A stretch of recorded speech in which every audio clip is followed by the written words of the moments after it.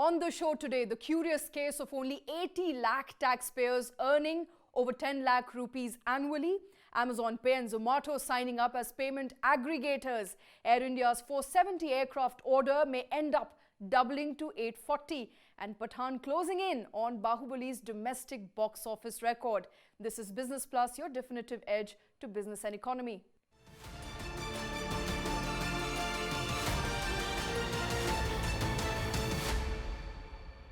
Did you know that of the 140 crore people living in India, only 81 lakh earn more than 10 lakh rupees per annum?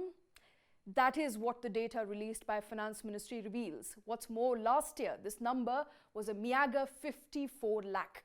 It is good news, however, that it jumped by as much as 50% in 21-2022.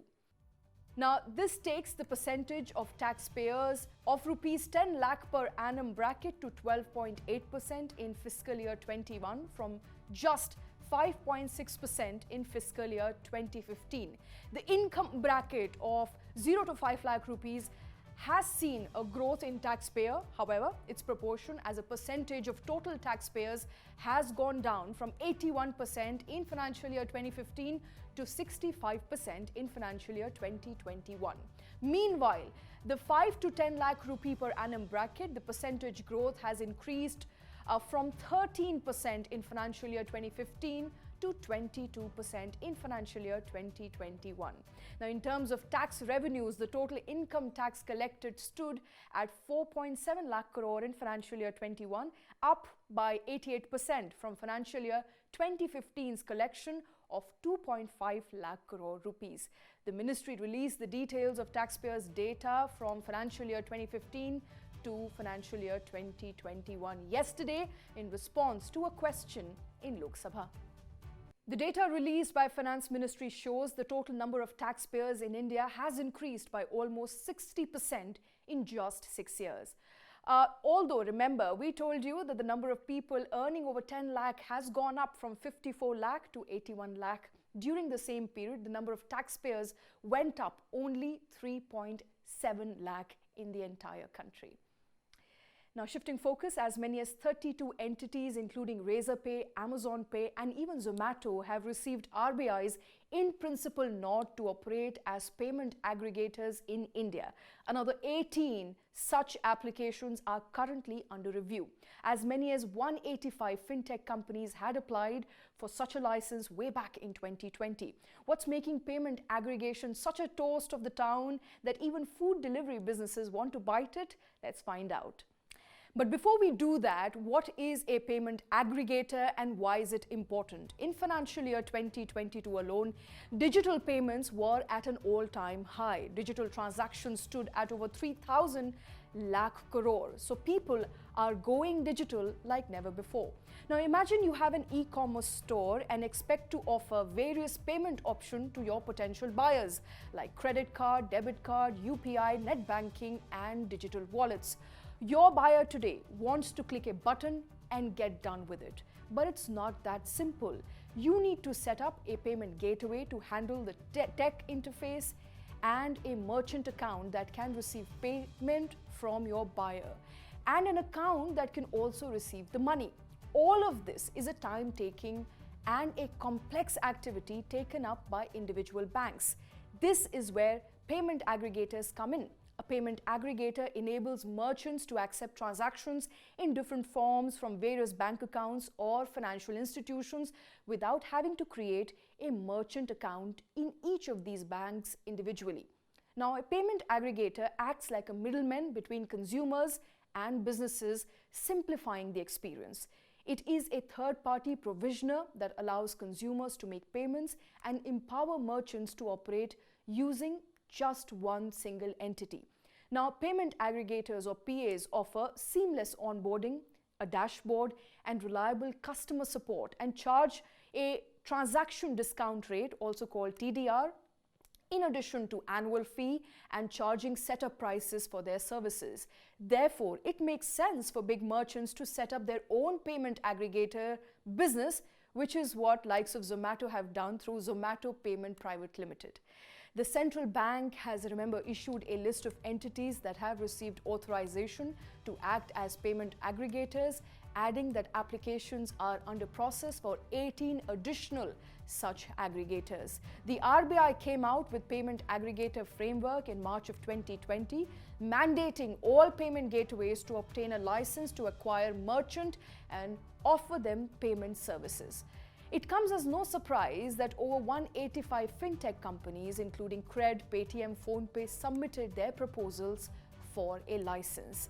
While 32 aggregators have received authorization from RBI, the existing PAs that have applied within the timeline are advised to continue their business, including those whose applications are currently under review. The application of FreeCharge, Paytm, PayU and Tuppets Technologies, however, have been rejected. They are expected to resubmit their application within the next 120 days. No new PA or payment aggregator is now authorized to commence operation in the country. And moving on, shifting focus to Adani Hindenburg saga that we continue to track here, the government has filed an affidavit in a sealed envelope for Supreme Court judges in response to a suggestion for an expert committee that the apex court had suggested. Remember, the court had suggested an expert committee to review and improve the current framework for investors' protection in India. Now, as many as 20 Indian banks have opened rupee Vostro accounts to facilitate INR settlement for global trade. Exporters have already begun to use these accounts to receive trade settlements in domestic currency. What really is a Vostro account, you may ask? Simply put, a Vostro account is an Indian bank account held on behalf of a foreign bank in India. It is like a current account that earns no interest and is used for business transactions only. For example, if Sri Lanka wants to export tea to India, the Indian importers will deposit the value of the purchased tea in India in INR to the Indian Vostro account. The exporters in Sri Lanka will, with their Sri Lankan bank account, hold the INR money to make some other potential purchases, for example, sugar from India, using the Indian currency. Now, what does this do? This primarily circumvents the need for either country to hold the US dollar.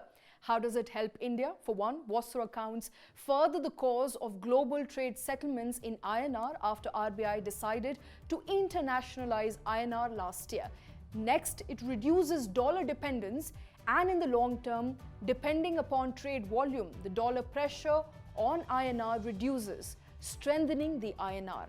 And third, and most important, India can settle its trade with Russia, which is currently under sanctions from the US, using the INR. Are Vostro accounts being currently used? Yes. The two largest Russian banks, Sberbank and VTB Bank, are the first to have received RBI's approval last year. Another Russian bank, Gazprom, has also opened a Vostro account with UCO Bank. Neighbors like Bangladesh, Sri Lanka and Mauritius are also initiating Vostro account opening, and so are certain developed countries like Israel and Germany. Commerce Secretary in India, Sunil Barthwal, told the media that the government was initially focusing only on Russia because of the sanctions, but now they are in talks with several countries, including those in Africa and in Gulf nation. Meanwhile, the buzz surrounding Air India's mega order is getting bigger by the day. After placing a record order for aircraft with Airbus and Boeing, it now seems that the order size is set to be far bigger than 470.